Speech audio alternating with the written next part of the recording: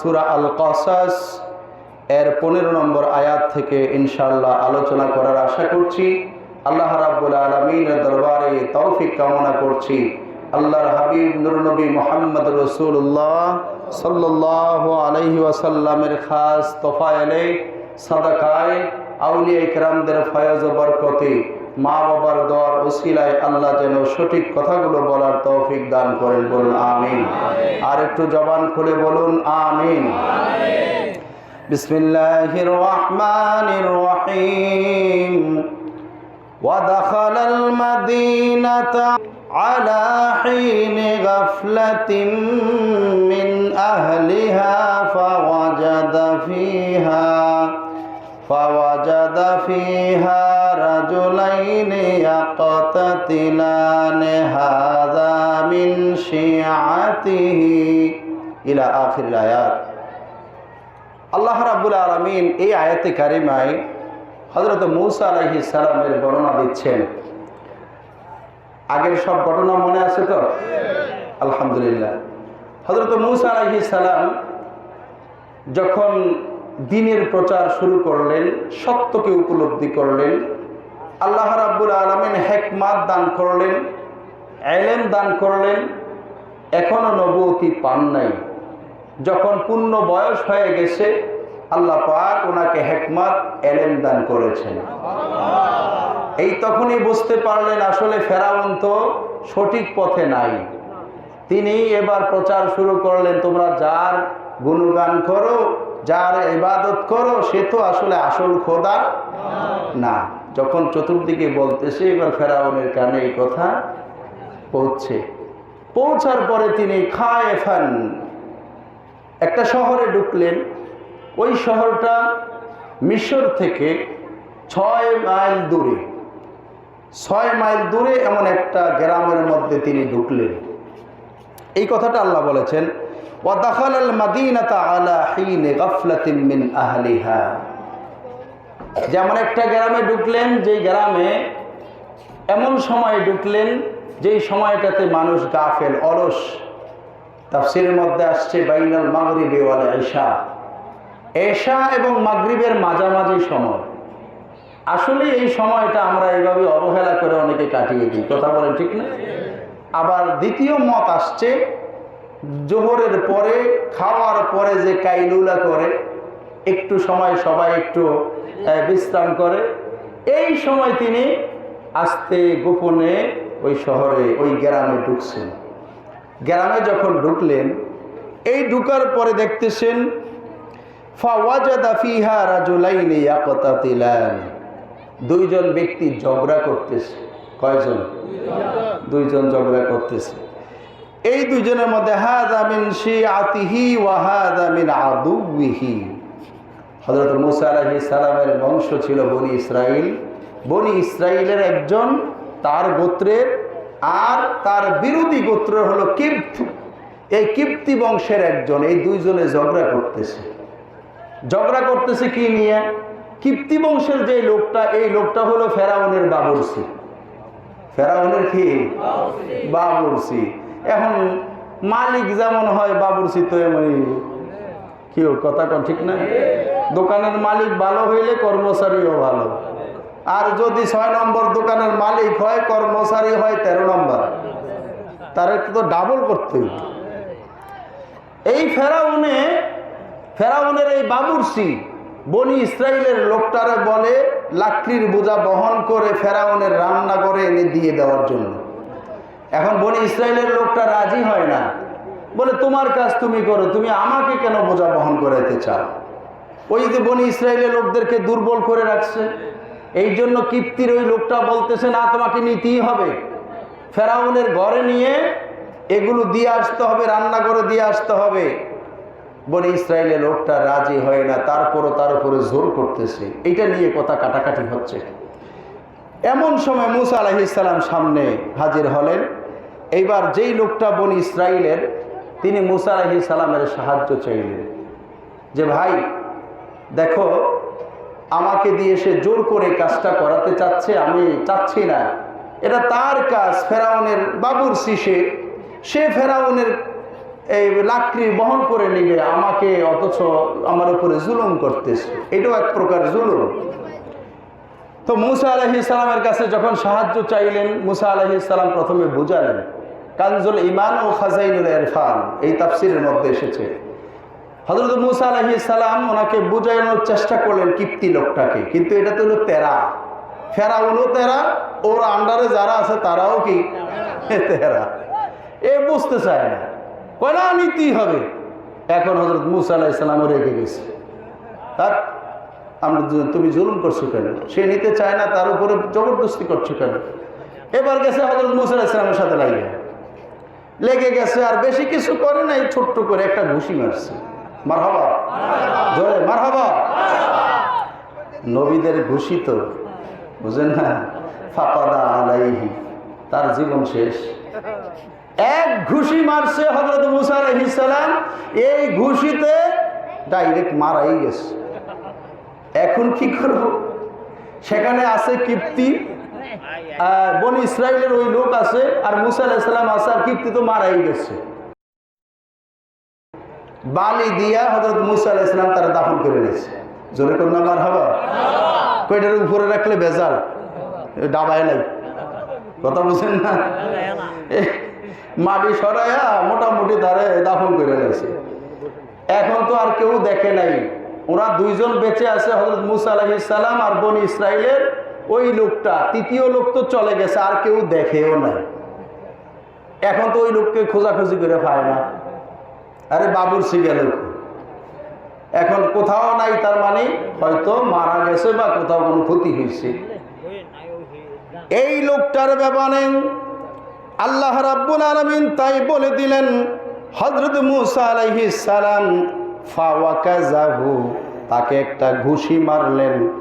মুসা আলাইহিস সালাম ফাকাদা আলাইহি, তার মৃত্যু হয়ে গেল। যখনই মৃত্যু হলো, ক্বালা হাযা মিন আমালিশ শাইতান, হযরত মুসা আলাইহিস সালাম বলেন এটা শয়তানের কাজ, এই কাজটা তো ঠিক হলো না। শয়তান যেভাবেই হোক এখানে কোনো একটা কাজ করছে, এটা শয়তানের কাজ হয়ে গেল। আসলে এই কাজটা তো হযরত মুসা আলাইহিস সালাম মারার জন্য করে নাই, একজন আরেকজনের উপরে জুলুম করছে, এই জন্য একটা হালকা দিয়া চাইছে সরাই দিতে। কথা কোন ঠিক না? কোনো সময় দেখা যায় হালকাও এটা বাড়িয়ে যায় না। তো নবীদের অবস্থা তো ওনাদের হাত পা এগুলা তো আমার আল্লাহ পাকের কুদরতি, সুবহানাল্লাহ বলে। এখন ওনার ইচ্ছা ছিল না মারা, কিন্তু মরে গেছে। মারার ইচ্ছা ছিল না, মরে গেছে। এখন বলতেছে এটা শয়তানের কাজ হয়ে গেল। ইন্নাহু আদুবুম মুদিল্লুম মুবিন, হযরত মুসা আলাইহিস সালাম বলেন এই শয়তান প্রকাশ্য শত্রু, প্রকাশ্য সে পথভ্রষ্টকারী, প্রকাশ্য শত্রু। এই কথাটা তিনি তখন বললেন, কারণ এই কাজটা এখন মুসা আলাইহিস সালাম যে লোকটাকে মেরে ফেললেন, এই মেরে ফেলা কি ওনার অন্যায় হয়েছে? না, তাফসীরে কবিরের মধ্যে আসছে এটা অন্যায় হয় নাই, কারণ নবী রাসূলগণ গুনাহ করে, নবুয়তি প্রকাশ করার আগেও করে না, পরেও করে না। সুবহানাল্লাহ বলেন। হযরত মুসা আলাইহিস সালাম এই কিপ্তির হাত থেকে বনি ইসরাইলের লোকটাকে হেফাজত করার জন্য, জালেমের জুলুম থেকে হেফাজতের জন্য জালেমকে মৃদুভাবে একটু আঘাত করেছে, ঘুষি মেরেছে, তাতে সে মারা গেল। এতে হযরত মুসা আলাইহিস সালাম দোষী না। তিনি চাইছেন, মাজলুমের পক্ষ নিয়েছেন। জুলুমকারী যেই হোক না কেন, জালেম যেই হোক না কেন, তার পক্ষ নেওয়া যাবে। জালেমের পক্ষ নিলে, যে পক্ষ নিল সেও জালেম, আর মাজলুমের পক্ষ নিলে আমার আল্লাহর পক্ষ থেকে নিয়ামত পাওয়া যায়। হযরত মুসা আলাইহিস সালাম তাই মাজলুমের পক্ষ নিলেন। ওই মাজলুম ব্যক্তিটাকে বাঁচাতে চাইলেন জালেমের জুলুম থেকে, কারণ আমার দয়ার নবী, মায়ার নবী বলেছেন, মান রাআ মিনকুম মুনকারান ফালিগাইয়িরহু বিয়াদিহি فإن لم يستطع فبلسانه فإن لم يستطع فبقلبه وذلك أضعف الإيمان। একটু জবান খুলে বলুন মারহাবা। আমার দয়ার নবী রাহমাতাল লিল আলামিন নূরের নবী বলেন, হে দুনিয়ার মানুষ, মান রাআ মিনকুম মুনকারান, তোমাদের কারো মধ্যে যখন একটা খারাপ অভ্যাস দেখা যাবে, তোমরা কেউ দেখবা অন্যের মধ্যে একটা খারাপ কাজ, মান রাআ মিনকুম, তোমাদের মধ্যে যে ব্যক্তি দেখবে মুনকারান, কোনো খারাপ, ফালিগাইয়িরহু বিয়াদিহি, যদি তার হাতে ক্ষমতা থাকে ক্ষমতা দিয়ে তা প্রতিহত করবে। মারহাবা। অন্যায়কারীকে ছাড় দেওয়া যাবে? সমাজ নষ্ট হয়ে যাবে, এলাকা নষ্ট হয়ে যাবে, রাষ্ট্র নষ্ট হয়ে যাবে। এই জন্য অন্যায়কারী যেই হোক না কেন তার সাজা পেতে হবে। কথা বলেন ঠিক কিনা? সে যার ছেলে হোক, যার মেয়ে হোক, অন্যায় করেছে, অন্যায়কে সাব্যস্ত করে তার সাজা প্রয়োগ না করলে দেশে অশান্তি দেখা দেয়। কথা বলেন ঠিক কিনা? আল্লাহর হাবিব বলেছেন, তোমার কাছে ক্ষমতা আছে, তুমি রাষ্ট্রীয় দায়িত্বে আছো, তুমি তোমার রাষ্ট্রে কেউ যদি বেইনসাফি কাজ করে সেটা তোমার প্রতিশোধ নেওয়ার তোমার ক্ষমতা আছে, তুমি প্রতিশোধ নাও, তাহলে রাষ্ট্র সুন্দরভাবে চলবে। কথা বলেন ঠিক কিনা? দেশের মধ্যে এখন কত মারামারি, একজন যেটা একেবারে তাজা মানুষকে মেরে 5 লাখ 10 লাখ টাকা দিয়ে দেয়, বা শেষ, ফিনিশ। কথা বলেন ঠিক না? বাস্তব না এটা? কত ধরনের এই সেই কইরা কারে মইরা গেছে, আর কি করবা, আরো কয়েকটা দান্দাবাজ আয়া যোগ দেয়। এই দান্দাবাজ গুলা টোটো কোম্পানির ম্যানেজার, এগুলা হিসাবার যার ছেলে মারা গেছে তারাইয়া বুঝায় কয় ছেলে তো মরেই গেছে গা, আর কি করবেন, কেস টেস করে আর কি লাভ হইব, আপনারও টেয়া যাইব, যে দৌড়াইনারও টেয়া যাইব, যে দৌড় খাইব তারও টাকা যাইব। কত রকমের চিকুন বুদ্ধি দেয়। এই চিকুন বুদ্ধি দিয়া মহিলারা এবার আস্তে আস্তে আস্তে আস্তে নর্মাল বানায় নেয়, বাইরে মারে আস্তে আস্তে কি করে নর্মাল বানায় নেয়। এবারে কয় মাতবর সবাই আইসে, কয় যাক একটা সমাধান করে দিই। এটা হইল কি, ছেলে তো মারাই গেছে, যাক মানে ছেলের ছোট ছোট ভোলা হয় না, সেগুলো তো বাঁচতেইব, 10 লাখ টাকা নিয়ে দিই, 10 লাখ টাকা এই যে মারছে তার কাছ থেকে নিয়ে দিই। এই বিভিন্ন বুঝানোর কারণে এখন দেখলো যে হায়রে গ্রামের এরা বড় বড় পদে আছে, এরাই যখন এগুলো বলে আর আমার বিচার করবো কি? কথা বলেন ঠিক কি না? এই তখন 10 লাখ টাকা দিয়ে 5 লাখ টাকা দিয়ে মেরে তারা সেরে যাচ্ছে। অথচ সৌদি আরবের মতো যদি এদেশে আইন চলতো, কোরআনের আইন যদি চলতো, যে মারবে তার দ্বিতীয় কোনো পথ নাই, তাকে মেরে ফেলো। কোরআনের আইন তাই বলে। কথা বলেন ঠিক কিনা? যদি এইটাই থাকতো তাহলে অন্য কেউ রে মারার কল্পনাও কেউ করত, যে ওরে শেষ করলে তো আমি শেষ, ও দুনিয়াতে থাকতে পারবে না, আমি পারবো, আমিও তো শেষ। অতএব একেবারে মেরে ফেলতো না। আর এখন তো সুযোগ পাইলে একেবারে মেরে ফেলে, শেষ, ডাইরেক্ট শেষ। আছে না? আহা, আমার দয়ার নবী বলেছেন, মায়ার নবী বলেছেন, ও উম্মত, রে উম্মত, তোমার হাতে আল্লাহ ক্ষমতা দিয়েছেন, যখনই অন্যায় দেখো ক্ষমতা আছে, প্রতিহত করো। যদি তোমার ক্ষমতা হাতে না থাকে, ফাবিলিসানিহি, তোমার জবান দিয়ে তুমি কথা বলো। তুমি হয়তো তাকে শায়েস্তা করতে পারবে না, তার প্রতিশোধ নিতে পারবে না, অন্ততপক্ষে তুমি জবান দিয়ে বলো যে তোমার এই কাজটা ভালো হয়, তোমার এই কাজটা ভালো হয় নাই, তুমি কেন একটা গরিব মানুষের উপরে জুলুম করতে গেলা, তোমার কাজটা ভালো হয়নি। আল্লাহর হাবিব বলেন, এইটাও যদি ক্ষমতা না থাকে, কারণ এই কথা বললে আবার মায়ের শুরু করবে। একদল আছে না মারামারি গ্রুপ, খালি মারে খালি মারে। আহা, হাদিস শরীফের মধ্যে আসছে 2 শ্রেণীর লোক জান্নাতে যাবে না, 2 শ্রেণীর লোক আল্লাহর জান্নাতে প্রবেশ করবে না, জাহান্নামে ঢুকবে। নবীজি বলেছেন, এক ধরনের লোক হলো কাজনাবিল বাকার, গরুর লেজের মতো লাঠি নিয়ে যারা মানুষকে সব সময় মারে, ইয়াদ্রিবুনা বিহান নাস, মানুষকে সব সময় এই গরুর লেজের মতো লাঠি নিয়ে, এই যে এখন কত লাঠি মারি নামছে না, এগুলো নিয়ে মারামারি করে। আল্লাহ রাসূল বলেছেন সিনফান মিন আহলিন নার, দুই শ্রেণীর লোক, তারা হলো জাহান্নামী। এক শ্রেণীর লোক হলো যারা বেশি বেশি মানুষকে মারে, প্রহার করে, কথায় কথায় থাপ্পড় মারে, কথায় কথায় কিল ঘুষি মারে, কথার আগে হাত চলে। কি এমন আছে না? রাগ করতেছেন আপনারা? হক কথা বললে কি খারাপ লাগে? একটু তিতা লাগলো কারো কারো কাছে, আমার কিছু করার নেই, আমি কোরআনের কথা বলে যাব। বাবা কথা বলেন ঠিক কিনা? বাজান, আল্লাহ রাসূল বলেছেন তোমার হাতে ক্ষমতা আছে, ক্ষমতা খাটাও, ভালো কাজে লাগাও। ক্ষমতা নাই, জবান ব্যবহার করো, আমি জবান দিয়েছি। এখন জবান ব্যবহার করলে যদি তোমার উপরে যে কোনো আক্রমণ আসার সম্ভাবনা থাকে, মনে মনে এই লোকটাকে ঘৃণা করো, তবেও বোঝা যাবে তুমি ঈমানদার। হযরত মূসা আলাইহিস সালাম এই সূত্রে কাজ করার কারণে হযরত মূসা আলাইহিস সালাম দোষী না, কারণ মাজলুমের পক্ষ নিয়ে কিপ্তিকে হালকা একটু সাইজ করছে। মারহাবা তোমরা। ওই কিপ্তি মারা গেল।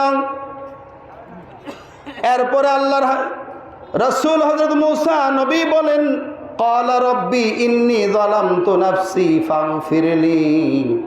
আল্লাহ গো, আমি তো জুলুম করছি আমার নফসের উপরে, কারণ যারা যত বড় তারা নরম হয় তত বেশি। কথা বলেন ঠিক কিনা? যত বেশি পাওয়ারফুল মানুষ, সত্যিকার অর্থে যদি তার পাওয়ারের চিন্তা সে করে, সে নমনীয় হয়ে যায়। যে আল্লাহ তাআলা আমাকে প্রতিষ্ঠানের প্রধান বানিয়েছেন, আল্লাহ রাব্বুল আলামিন আমাকে কোম্পানির মালিক বানিয়েছেন, আমার আন্ডারে 100-150 লোক কাজ করবে, আমাকে আমার আল্লাহ মজুরি বানাইতে পারতেন, যারা আমার আন্ডারে কাজ করে তাদের মতো একজন আমাকে রাখতে পারতেন, কিন্তু এই গ্রুপে না রেখে আমার আল্লাহ মালিকের গ্রুপে আমাকে রাখছেন, আমার উপরে দয়া করেছেন। অতএব আমার আন্ডারে যতগুলো মানুষ আছে তাদের উপরে দয়া আমার করা দরকার। কেউ কথা কম ঠিক না? এই জন্য যে যত বড় সে তত নরম হয়, নিচের দিকে তাকায় যে আমি তো নিচে ছিলাম, আমাকে আল্লাহ টেনে উঠাইছেন, অতএব আমার বাহাদুরি কিসের বাহাদুরি? আমার চাচাতো ভাই আমার ফ্যাক্টরিতে কাজ করে, অথচ আমি আরেক চাচাতো ভাই মালিক, একই বংশের লোক, আমার এই ভাইটাও তো আমার বংশেরই লোক, তাহলে ওকে আল্লাহ মালিক বানাইলো না, আমারে মালিক বানাইলো, তার মানে আল্লাহ আমাকে দয়া করেছেন, অতএব আমিও তাদের উপরে কি করব? দয়া করব। প্রিয় বাবাজি, তাই হযরত মূসা আলাইহিস সালাম নিজেকে ছোট করে তাওয়াদুর জন্য আল্লাহর কাছে সারেন্ডার করলেন। আল্লাহ ইন্নী যালামতু নাফসি, আল্লাহ গো, আমি আমার নফসের উপরে জুলুম করে ফেলেছি, ফাগফিরলি, আমারে ক্ষমা করে দেন। ফাগফিরলি দ্বারা এখানে তাফসীরের মধ্যে এসেছে ফেরাউন যদি আমার এই অবস্থা শুনে আমি একজন কিপ্তিকে ঘুষি দিয়ে মেরে ফেলেছি, এই ফেরাউন আমাকে কতল করবে। মাবুদ রে, এখানে বনি ইসরাইলের এই লোকটা আর আমি ছাড়া কেউ নাই, আর মাওলা তুমি দেখছো, তুমি এটারে গোপন করে রেখে দিও যেন ফেরাউনের কানে আমার নামটা না যায়। আল্লাহ রাব্বুল আলামিন ফাগফারা লাহু, আমার আল্লাহ তাকে তার এই বিষয়টাকে গোপন করে রাখলেন। ইন্নাহু হুয়াল গফুরুর রহিম, নিশ্চয়ই আমার আল্লাহ পাক ক্ষমাশীল এবং পরম দয়ালু। পরের আয়াতে আসছে হযরত মূসা আলাইহিস সালাম বলেন ক্বালা রাব্বি বিমা আনআমতা আলাইয়া ফালান আকুনা যাহিরান লিল মুজরিমিন। হযরত মূসা আলাইহিস সালাম বলেন আল্লাহ গো, আপনি আমার উপরে যে নিয়ামত দিয়েছেন, যে অনুগ্রহ করেছেন, আমি মুসার সংবাদটা, মারামারির সংবাদটা ফেরাউনের কাছে আপনি পৌঁছান নাই, এটা দয়া না? আল্লাহর দয়া না? এবার মূসা আলাইহিস সালাম বলেন আল্লাহ, ওগো আল্লাহ, ক্বালা রাব্বি বিমা আনআমতা আলাইয়া, ও আল্লাহ, তুমি আমার উপরে যেই অনুগ্রহ করেছো, ফালান আকুনা যাহিরান লিল মুজরিমিন, এই অনুগ্রহ করার কারণে মাওলা আমি আর কোনোদিন কোনো জালেমের সাহায্যকারী হব। জালেম যে হবে, যে অন্যের উপরে জুলুম করবে, অত্যাচার করবে, আল্লাহ তার ব্যাপারে আমি আর কখনো সাহায্য করব না। এখানে আরেকটা বিষয় তাফসীরের ভিতরে আসছে, ওই যে ফেরাউন, এই ফেরাউনের রাষ্ট্রে যদি হযরত মূসা আলাইহিস সালাম থাকেন, কোনো না কোনোভাবে এই ফেরাউন হযরত মূসা আলাইহিস সালামকে ডাকবে, কারণ লালন পালন করছে তো, লালন পালন করছে তো। যদি ডাকে তাহলে তো মূসা নবীর কাছে যাইতে হইব। মূসা আলাইহিস সালাম তো ফেরাউনের কাছে যাইব, এবার মানুক আর না মানুক, তো ওর কাছে যাওয়া মানেই ওর দলে যাওয়া। কথা বলেন ঠিক না? হযরত মূসা আলাইহিস সালাম বলে, আল্লাহ এটা থেকে আমারে বাঁচাও, আমি এই জালেমের দলে যাব না, আমাকে এই কাছে রাইখো না, এই দেশে আমাকে রাইখো না, আমি যেন এই জালেমের সাহায্যকারী না হই।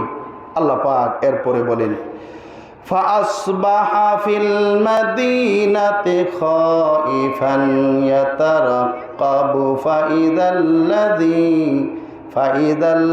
ইসতানসারাহু বিল আমসি ইয়াস্তাসরিখুহু ক্বালা লাহু মূসা ইন্নাকা লাগাওয়িয়্যুম মুবিন।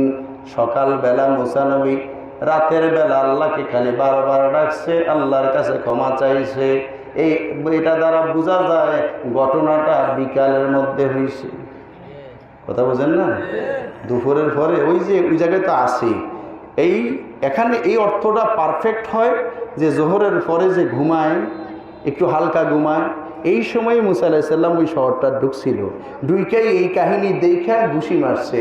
আস্তে আস্তে দিন শেষ হয়ে গেছে, রাতের বেলা এবার আল্লাহ রাব্বুল আলামিনের কাছে কান্নায় সব কিছু করে রোনাজারি করে আল্লাহ সব মূসা আলাইহিস সালামের ব্যবস্থা করে দিছে।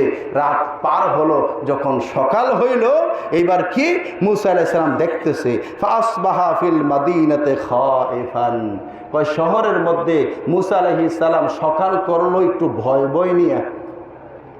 একটা ভয় আছে না? হ্যাঁ, যদি ফেরাউন শোনে তো একটা ভয় আছে, তো ভয় নিয়ে তিনি সকাল করলেন। খাইফান ইয়াতারাক্কাবু, তিনি দেখতেছিলেন যে কি হয়, দেখি কোনো জায়গা থেকে আবার কোনো লিক হয় কি না, কোনো সংবাদ টংবাদ আবার লিক হয় না, হ্যাঁ লিক হয় কি না, এটা তিনি দেখতেছেন এবং একটু ভয়ে ভয়ে আছেন। ফাইদাল্লাযী ইসতানসারাহু বিল আমস, এখন তিনি দেখতে পাইলেন গতকাল যেই বনি ইসরাইলের লোকটাকে উনি সাহায্য করেছেন, এই লোকটা সকালবেলা আবার আরেকজনের লোকে ঝগড়া করতেছে। কি করে? তার মানে বোঝা যায় মোটামুটি ঝগড়াটে। কথা বলছেননি? সকালবেলা তিনি দেখতেছেন গতকাল যারা সাহায্য করছে এই লোকটা এখন আবার নতুন করে আবার সকালবেলা আরেকজনের সাথে ঝগড়া করতেছে। ক্বালা লাহু মূসা, এবার মূসা আলাইহিস সালাম বললেন, ইন্নাকা লাগাওয়িয়্যুম মুবিন, এই বেটা তুই তো একটা দুষ্ট, তুই পথভ্রষ্ট। কেন লাগো? গতকাল লাগালাগি করলা, ঘুষি একটা মারছি, একটা চলে গেছে। সুবহানাল্লাহ। আবার জি লাগছো সকালবেলা, ব্যাপারটা কি? এই কথা যখন বললেন, এবার সে বলতেছে ফালাম্মা আন আরাদা আইয়াবতিশা বিল্লাযী হুয়া আদুউল লাহুমা ক্বালা ইয়া মূসা আতুরিদু আন তাকতুলানি কামা কাতালতা নাফসান বিল আমস। সুবহানাল্লাহ। এই যে প্রকাশ কইরা দিছে উপকারে অপকার, কি উপকারে কি অপকার। প্রিয় বাবাজি বন্ধুরা আমার, হযরত মূসা আলাইহিস সালামের কাছে ওই লোকটা সকালবেলা আবারও ঝগড়া যখন করতেছে, মূসা নবীর কাছে সাহায্য চায়। ওগো মূসা নবী, এই কিপ্তি লোক আবারও আমার সাথে লাগছে। কিন্তু মূসা আলাইহিস সালাম বুঝতে পারছে, রে তুই বনি ইসরাইলের লোক হলে কি হবে, আমার বংশের লোক হলে কি হবে, অন্যায় তো তুমি মনে করতেছো, কারণ গতকালও লাগছো, আজকেও ঝগড়া করতেছো। মূসা আলাইহিস সালামের কাছে সাহায্য চাওয়ার কারণে হযরত মূসা পয়গম্বর আলাইহিস সালাম বললেন, তুমি একটা পথভ্রষ্ট লোক, কেন তুমি বারবার ঝগড়া করো মানুষের সাথে? এবার ওই লোকটা, বনি ইসরাইলের লোকটা মনে করলো যে হয়তো মূসা আমারে আজকে সাহায্য করবে না, এই কীর্তির পক্ষ নিয়ে আমারে মারবে। কথা বুঝেন না? কয় গতকাল যেটা দেখছি রে, একটা দিয়েই শেষ, আজকে যদি আবার আমার একটা দে। কথা বুঝেন না? এই ব্যক্তি বলতেছে, হে মুসা, এখন বনি ইসরাইলের লোকটা বলে, ফালাম্মা আন আরাদা আইয়াবতিশা বিল্লাযী হুয়া আদুউল লাহুমা, কিন্তু মুসা আলাইহিস সালাম চিন্তা ভাবনা করে দেখলেন কিপ্তিটারই একটা মারব, আজকে আর বনি ইসরাইলের, গতকালও মারি নাই, আজকেও বনি ইসরাইলের মারব না, কারণ বনি ইসরাইলের উপরে ও চড়াও হইতেছে, দেখা যায়, বোঝা যায়। যদিও দুজনকে জগরাটে প্রথম মনে করেছেন, কিছু শোনার পরে দেখা গেল কিপ্তি লোকটাই বেশি বাড়াবাড়ি করে। এইবার বনি ইসরাইলের লোকের পক্ষ নিয়ে হযরত মূসা আলাইহিস সালাম যখন সামনের দিকে আগাইতেছে, উদ্দেশ্য হলো কিপ্তিরে মারবে, কিন্তু বনি ইসরাইলের লোকেরে মারবে না। বনি ইসরাইলের লোকটা না বুঝতে পেরে এবার বলতেছে, মুসা গো, গতকাল যেভাবে একজনকে মেরে ফেলেছ, এখন কি আজকে আমার তুমি মারতে চাও? এখন তো প্রকাশ হয়ে গেল কিপ্তি লোকের, যে কিপ্তি লোকটা এখানে ছিল, সে এই কথা শুনে দৌড় মারছে। কি করছে? ফাইসিরে ফেরাউনে যেই বিচারতেছে, ফেরাউনে খালি খোঁজ করতেছে, ফাইয়া তো লাইছি মুছে না মারছে। এই যে বনি ইসরাইলের লোকটা কইল গতকালে এরে মারছে, একজনের মারছে, আজকে নাকি তারে মারতে চায়। তার মানে হইল কি, মারুইনার লোক পাওয়া গেছে। মারুইনার লোক কি? এবার সে ব্যক্তি দৌড়ে গিয়ে মূসা আলাইহিস সালামের সম্পর্কে গিয়ে ফেরাউনের কাছে লাগাইল, ও বন্ধুরে, বাইরে আমার, ফেরাউনের কাছে সে চলে গেছে। এবার বলতেছে, বিল্লাহু আদুউল লাহুমা ক্বালা ইয়া মূসা আতুরিদু আন তাকতুলানি কামা কাতালতা নাফসান বিল আমস ইন তুরিদু ইল্লা আন তাকুনা জাব্বারান ফিল আরদি। এবার বনি ইসরাইলের লোকে বলে, গতকাল যেভাবে তুমি একজনকে মারছ, আজকে যদি তুমি আমাকে মারো, তাহলে তুমি এই পৃথিবীতে একজন স্বেচ্ছা স্বৈরাচারী হয়ে যাবে। এবার মূসা নবী যারা সাহায্য করলো, সেই এবার মূসা নবীরে স্বৈরাচারী কয়। নাউজুবিল্লাহ বলেন না? এই বুঝে নাই, বুঝতে পারে নাই, মনে করছে যে তারে মারতে হইব, আসলে তো তারে মারতো না। মারতো কারে? কিপ্তিরে। সে না বুঝতে পেরে কয়, হ্যাঁ মিয়া, তুমি গতকাল একজনের মাইরা লাইছো, আজকে আবার আমারে মারতে চাও? তা আমারে মারলে তো তুমি তো দুনিয়াতে আসলে কিছুই চাও না, তোমার শক্তি প্রয়োগ করতে চাও, দুনিয়াকে অশান্তি সৃষ্টি করতে চাও, স্বৈরাচারী হতে চাও। ওয়ামা তুরিদু আন তাকুনা মিনাল মুসলিহিন। বনি ইসরাইলের লোকটা বলে, তুমি তো জমিনের মধ্যে শান্তি চাও না। কাকে বলে? হযরত মূসা নবীরে কয়। অথচ মূসা আলাইহিস সালাম গতকালের জালেমের মাইরা এখানে একটু শান্তি প্রতিষ্ঠা করছে। মারহাবা কর না? কারণ আরো কতজনের দিয়াছি বাধ্য করে সেই লাকড়ি বোঝা বহন করাইছে, এইটা তো আর হযরত মূসা আলাইহিস সালাম আর দেখে নাই। তো যেদিন দেখছে সেই দিনে না কাম করছে। কথা কোন ঠিক না? তো এটা মাইরা তো শান্তি আনছে হযরত মূসা নবী। এখন সে না বুঝতে পেরে কইতেছে, তুমি তো দুনিয়াতে শান্তি চাও না, তুমি তো ইসলাহ চাও না। এটা বলতেছে কে? বনি ইসরাইলের এই লোকটা। ওয়াজা রাজুলুম মিন আকসাল মাদিনাতি ইয়াসা ক্বালা ইয়া মূসা ইন্নাল মালাআ ইয়াতামিরুনা বিকা লিয়াকতুলুকা ফাখরুজ ইন্নী লাকা মিনান নাসিহিন। এই কথা যখন ওই যে কিপ্তি দৌড় মারছে, মনে আছে না? এই কিপ্তি যখন দৌড় মারছে, দৌড় দিয়ে ফেরাউনের বাসায় গিয়ে বলে, ফেরাউন বলে, কি রে? বলে, গতকাল একটা লোকের মারছে, আপনার বাবুর ছিঁড়ে মারছে, যে মারছে তারে পাইছি। কয় কে? কয় সেটা হলো আপনারই ফোলা মূসা। এটা কে? তো ফেরাউন খাইছে, সব দোস্ত আমার কান্দে নাইতেছে। কয় সে হলো ওই যে ফালছেন, আপনি ফালছেন না, আদর করে খাওয়াইছেন, হে মূসাই মারছে। তাই নাকি? এইবার ফেরাউনে সবার নিয়ে বইসে এবার বলতেছে, কি করা যায়? সবাই কয় কোনো কথা নেই, মেরে ফেলেন। এটা এমনি বোঝা যায় আপনার বিরুদ্ধে চলে। কথা কোন ঠিক না? কেমনি বুঝা যায় আপনার বিরুদ্ধে চলে? এখন যখন সুযোগ একটা পাইছেন আর সাইডে লাভ নেই, এখন মেরে ফেলেন। সবাই মিলে এবার প্রস্তাব পাশ হয়ে গেল যে মুসাকে যে পাইবা ধরে আনো, ধরে আইনা ওরে শেষ করে দাও। বলেন নাউজুবিল্লাহ, জোরে বলেন নাউজুবিল্লাহ। আরে শিশু বেলায় পারে নাই, মারহাবা বলুন না। যখন জগতে আসছে ছোট আছিল, ছোট তখনই তো পারেনি, থাবো দিয়ে লেছে না। আর এখন তো মাশাআল্লাহ বড় হয়েছে, ঘুষি দিয়ে অন্য একটা মাইরে লেছে। এখন কি আল্লাহর মতো পারবো? আয় হায়, পারবো না তো। তো এখন কি করলো? ওই লোকটা দৌড়ে গিয়ে ফেরাউনের যখন এই খবর দিছে, ফেরাউন তার সভাসদের সবাইকে নিয়ে সিদ্ধান্ত নিল যে তাকে মেরে ফেলো।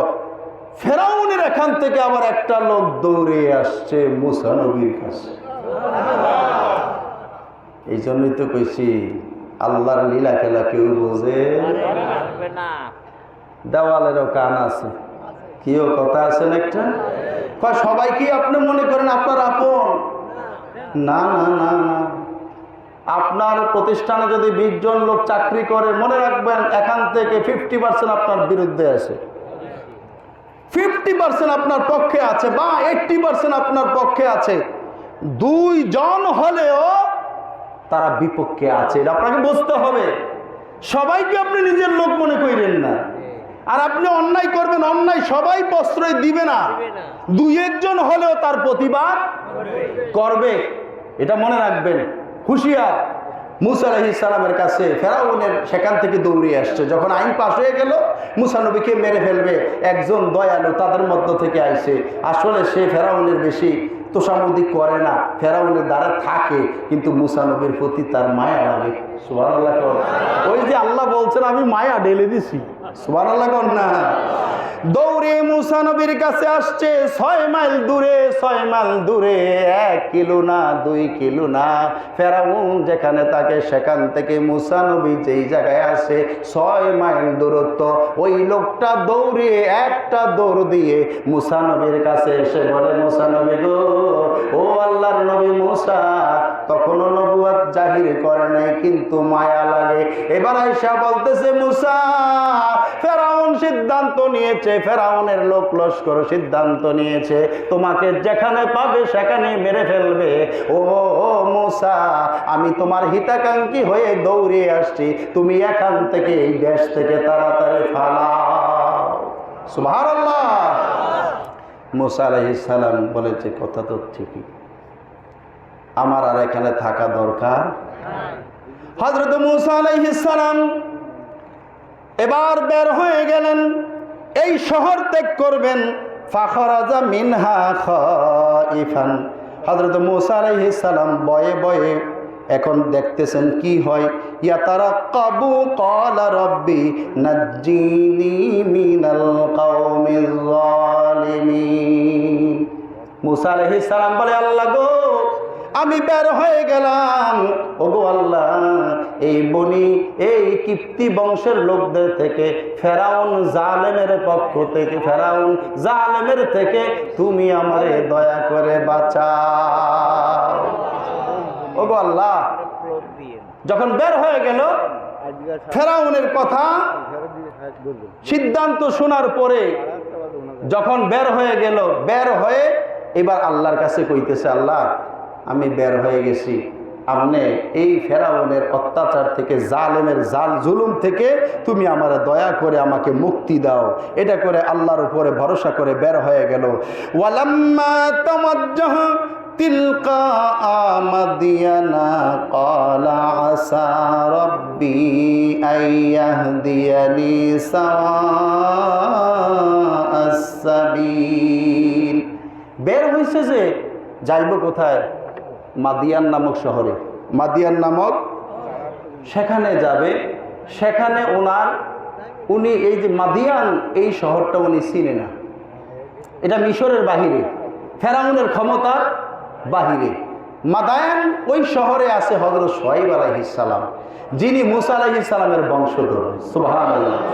ওনার পূর্বের যারা আছেন এদের বংশধর, বনি ইসরাইলের মধ্যে। তো শুআয়ব আলাইহিস সালাম সেখানে আছেন। তিনি ওই মাদায়ান শহরে যাবেন, মাদায়ান দেশে যাবেন। এখন তো রাস্তা চিনে না, কি করবে? আল্লাহর কাছে বলে, আল্লাহ আপনি আমার রাস্তাটা দেখাইয়া দেন না। আমার আল্লাহ পাক বলেন, জিব্রাইল তাড়াতাড়ি যা, আমার নবী মুসারে তাড়াতাড়ি রাস্তা দেখায় আয়। আরো জোরে বলেন না সুবহানাল্লাহ। আল্লাহ রাব্বুল আলামিন ফেরেশতা পাঠাইয়া দিলেন হযরত মুসা আলাইহিস সালামের কাছে। এসে ফেরেশতা এবার তার রাস্তা দেখাইয়া দিলেন, মুসা গো এদিকে সেদিকে না, সোজা রাস্তা দিয়ে হাঁটা শুরু করবেন, সোজা রাস্তা দিয়ে হাঁটা শুরু করবেন। এই শহর থেকে, এই মিশর থেকে, মিশরের লাস্ট প্রান্ত থেকে মাদায়েন শহরে যাইতে 8 দিন সময় লাগবে। কয় দিন? 8 দিন সময় লাগবে। 8 দিন হাঁটার পরে আপনি মাদায়েন শহরে পৌঁছবেন। সেখানে আল্লাহর নবী শুআয়ব আলাইহিস সালাম আছেন। সুবহানাল্লাহ। 8 দিন যখন পৌঁছলে, 8 দিন হাঁটার পরে হযরতে মুসা আলাইহিস সালাম মাদায়েন শহরে পৌঁছে গেলেন। এই 8 দিন তিনি গাছের পাতা খেয়েছেন, জঙ্গলের ফল খেয়েছেন, গাছের বাকল খেয়েছেন। কারণ কথা শোনার সাথে সাথে বের হয়ে গেছে, গায়ের মধ্যে যা জামা ছিল তা নিয়ে বের হয়ে গেছে। তার কাছে কোনো খাবার নাই, দাবার নাই, কিছুই নাই। ওই জঙ্গল থেকে ফল পেড়ে খেয়েছেন যেখানে পেয়েছেন, না পাইলে গাছের বাকল খেয়েছেন, পাতালতা খেয়ে 8 দিন পর্যন্ত হেঁটেছেন। 8 দিন পরে হযরত শুআয়ব আলাইহিস সালামের ওই নগর মাদায়েনে গিয়ে পৌঁছেছে। গিয়ে দেখতাছে সেখানেও জালেম। কি দেহে? জালেমে দুনিয়া বুঝে গেছে। কি কথা কোন ঠিক না? কি বলবেন পাঞ্জাবিওয়ালা, কি বলবেন শার্টওয়ালা, কি বলবেন গেঞ্জিওয়ালা, সব জায়গায় 2 নম্বর। কি কষ্ট পাইতেছেন? সব জায়গায় জালেম। এই লেবাসকে ব্যবহার করে ও জুলুম করতেছে। কথা বলেন ঠিক কি না? কারণ এই লেবাসটাকে মানুষ সম্মান করে। কি কথা বলেন ঠিক না? সবাই না, সবাই না। কিছু কিছু লোক এই পাঞ্জাবির লেবাসটা লাগাইয়া সাধারণ মুমিনদেরকে ধোঁকা দিতেছে। কথা বলেন ঠিক কি না? ধোঁকা দিয়ে দিয়ে নবী রাসূলদের বিরুদ্ধে ফতোয়া মারতেছে, আউলিয়া কেরামদের শানে বেয়াদবি করতেছে, সাধারণ মুসলমানের ঈমান নষ্ট করতেছে। কথা বলেন বাজান ঠিক কি না? এটা হলো তার সাইনবোর্ড। তো বাজান বলতেছিলাম কি, এবার শুআয়ব আলাইহিস সালামের ওই শহরে গেল, গিয়ে দেখতেছে কুয়ার মধ্যে পানি পান করাচ্ছে কয়েকটা যুবক। 8-10 জন যুবক মিলে তাদের বকরিগুলো কুয়া থেকে বালতিদা পানি উঠাইয়া উঠাইয়া তাদের বকরিগুলোকে পান করাচ্ছে। আর দূরে 2টা মেয়ে তাদের কিছু বকরি নিয়ে তারা দাঁড়ায় আছে প্রচন্ড রোদের নিচে। প্রচন্ড রোদ। যারা আরব রাষ্ট্রে ছিলেন বা গেছেন তারা বোঝেন কত প্রখরতা সেখানে। এত প্রখরতার নিচে 2টা মহিলা তাদের এই বকরিগুলো নিয়ে তারা দাঁড়িয়ে আছেন। আর এদিকে যুবকরা তাদের বকরিগুলো পানি পান করাইতেছে, ওই মহিলাদেরকে আসতে দেয় না। এটা গিয়ে দেখে এবার মুসা আলাইহিস সালামের মায়া লেগে গেল। কি রে, এত রোদের নিচে 2টা মেয়ে দাঁড়িয়ে আছে বকরি নিয়ে, অথচ যুবক যুবক ছেলেগুলো তাদের বকরিকে পানি পান করাচ্ছে। এই 2টা মেয়েকে তো আগে সিরিয়াল দিয়ে দিলে পারে। কথা বলেন ঠিক না? মায়ের জাতি হলো দুর্বল জাতি। মায়েদের জাতি দুর্বল জাতি। আল্লাহ তাদেরকে গঠনই করেছেন দুর্বল করে, পুরুষকে করেছেন সবল করে, শক্তিশালী করে। হযরত মুসা আলাইহিস সালামের এটা খারাপ লাগলো, ব্যাপারটা কি। এবার গিয়ে তাদেরকে 2টা বর্ণনা আসছে, তাদেরকে গিয়ে হযরত মুসা আলাইহিস সালাম বললেন, আচ্ছা আপনারা এখানে দাঁড়িয়ে আছেন কেন, ব্যাপার কি? তারা বলতেছে, আমরা আমাদের বকরিগুলোকে পানি পান করাবো, কিন্তু ওই যুবকরা আমাদেরকে চান্স দেয় না। ওদের বীরে আমরা গিয়ে আমাদের এই বকরিগুলোকে পানি পান করাতে পারি না। এরা এদের ইচ্ছা মতো যতক্ষণ সময় এখানে থাকে পানি পান করে যায়, তাদের খেলাধুলা শেষ করে তারা যায়, এরপরে আমরা আমাদের বকরিগুলোর পানি এখান থেকে পান করাই। হযরত মুসা আলাইহিস সালামের কথাটা বড় মাইন্ডে চলে গেল, ব্যাপার কি। মিশর সারলাম জুলুমের কারণে, মাদায়েনে আসলাম, এখানেও দেখি একই অবস্থা। এখানে আর সারা যেত না। মারহাবা, জোরে বলেন মারহাবা। এই জন্য সত্যবাদী লোক যেখানেই যায় সেখানেই প্রতিবাদ। কথা বলেন ঠিক কিনা?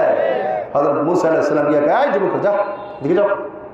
এখন বলে কে হইতেছে ব্যাপার কি? 8 দিন ধরে কিন্তু খাওয়ান নাই, খাবার ঘটে নাই, 8 দিন ধরে নাই। হযরত মুসা আলাইহিস সালাম গিয়ে বলতেছে, হে যুবকরা রাস্তা দাও, ছাড়ো। কেন? এই যে মহিলাগুলো দেখো না, এদের বকরিগুলো একটু আমি পানি পান করে দিই। গেছে কে লাগিয়া ঝগড়া লাগিয়েছে কে? কাদুর নিয়ে কোথায় থেকে আসছে কাম নাই, বিনদেশি মাজনুন পাগল হয়েছেন নাকি? দেখেন না পান করে দিয়েছে। কয় না, আসলে এরা তো দুর্বল মানুষ, মহিলা মানুষ, তো এদেরকে একটু পান করে দিলে, পানিটা পান করে দিলে বকরিগুলো নিয়ে এরা চলে যেতে পারে।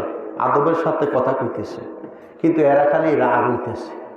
তো রাগ হয়েছে, আর শেখানো মোটামুটি হালকা পাতলা সাইজ করে নিয়েছে। মারহাবা, 8-10 জনের সাইজ।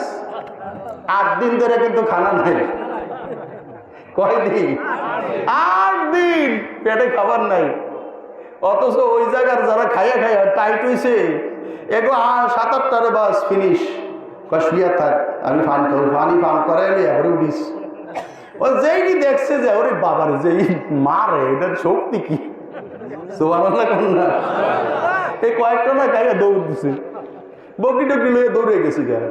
এইটা হলো একটা বর্ণনা। তখন এই দুইজন শুআয়ব আলাইহিস সালামের মেয়েরা, তারা দুইজন তারপরে আসতেছে। এই ওনাদেরকে তখন ওনাদের বকরিগুলো নিয়ে হযরত মুসা আলাইহিস সালাম বালতি দিয়ে পানি উঠাইয়া পানি পান করে দিয়েছেন।